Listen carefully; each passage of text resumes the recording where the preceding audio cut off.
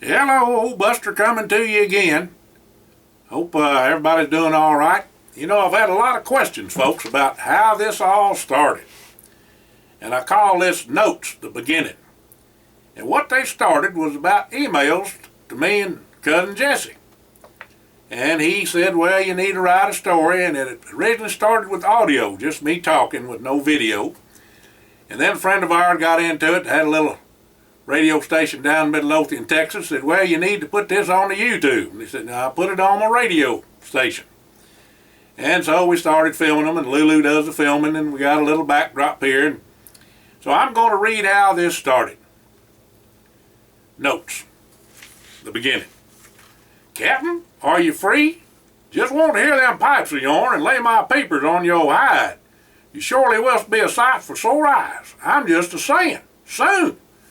I'm going to hide out at Rosemont for a spell and raise chickens and quail and get some eggs to sell for hard cash. Your mama can make some chicken and dumplings with one or two of them and old hen, and I just know they's going to be larping good and dressing too. I bound to get in the melon patch, so don't go putting no rock salt in your shotgun in my behind. Buster. Here's another. Called hunting. Another note. This was an email. All of them are emails. Has somebody done got little Darrell? Holler up to the house and tell Junior to fetch your sniffles. That bloodhound has just got to find that boy. Get Betsy off in the rack. That there Belgian steel double-barrel shotgun with the gold hibbard that'll take down any rascal up to a dirty deed with little Darrell. Well, tell all the boys to meet down by the creek and search on the backside of Miller's Swamp. I do mean to let not nary stone go unturned neither. Y'all hear me? Bill, you ride Bell over to the county line and tell them boys and the high sheriff we'll be a-heading up there, weighing to meet up with us by the old mill. If y'all find anything at all, send up a smoke signal to Injun Joe on Ball Knob, and he'll tell us'ns. I guarantee that it will hurt right smart to the fellers that fell on that boy. They had better turn him loose, 'cause if his mama gets a hold of him, they surely will wish they had never come up to Birmingham. Now come alive, boys, and put boots on the ground. Saddle your horses and light a shuck, time's a-wasting. Burning daylight. I want my baby brother found before nightfall and back for supper, and there had better not be a hair on his and haid harm neither. I want them culprits brung on back here alive if and they done hurt little Darrell too. Something seems up to no good, and little Darrell is off in his and feed and just can't get word to us. Little Darrell is depending on us. Now ride, boys, ride. Well, let me get to the other. This is called ciphering, another email. Well, the boys have done been out for going on 2 days now. Ain't nary a sound or hide in a hair been found of little Darrell. Mama and the gals, Margene and Lou Ann, are fit to be tied. A wailing and a weeping and a gnashing of teeth like you ain't never seen. All of 'em worried about little Darrell. Injun Joe ain't had a sign of a signal, and have the boys ride on over and give me a report during the day and the night too. I am just plumb word sick myself. Wondering if he done fell sick summers with his and sugar, or if that widow woman Jessup come plied her affections on little Darrell. Now that boy does have a way with the women folk, you know. Y'all know that his and pheromones do lots of things with them women folk. Gets them all riled. That little grin and him just being plain huggable gets him into a pickle all the time. Me and Mama and the gals all know that ain't his fault, but they come from far and wide just to bedevil that boy. But I'm a-telling you, that widder Jessup just won't take no for an answer. She hates him day and night. Had to sick the dogs on her one night, peeping in the winder. I acted like it was a critter outside little Darrell's window and hollered, Junior, get my gun. My gracious, you could see the spark coming off in her shoes when she lit on out. Now, Mama done told little Darrell to pay no never mind to it, and she knowed he didn't mean no harm talking to the ladies, but he had to be real careful like, you know. But it sure is hard for me to allow that widder Jessup could sneak up on him like that, 'cause little Darrell is right careful when it comes to her. Now, little Darrell is kind of average size, where the rest of the bunch of the family is real good size, but I tell you now, he can take care of himself. Boy, can blow up, I'm here to tell you. Just ball up on your head like in a heartbeat. And if you ain't real careful, like I do mean, that banty rooster can get plumb bad to the bone.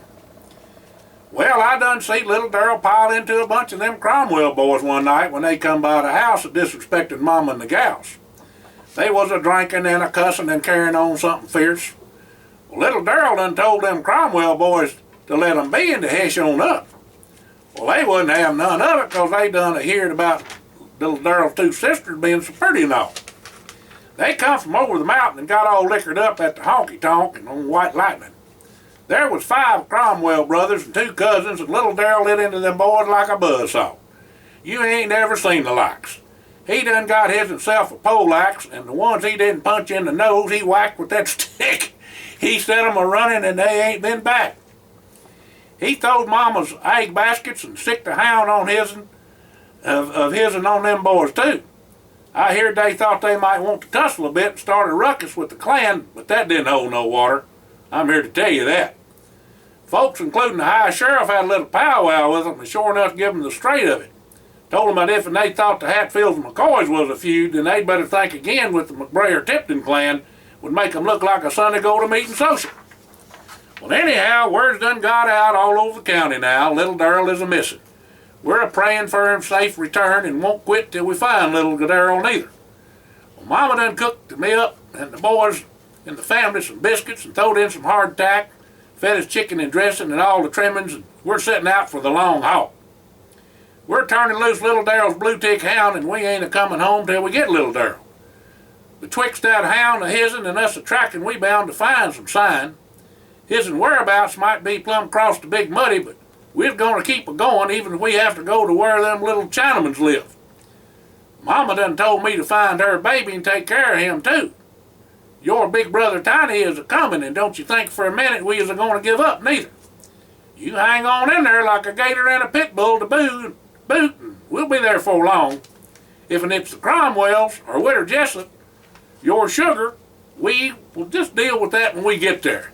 Now don't you fret none, little Darrell. We love you and we're a-coming. Next email. Breaking news, I called it.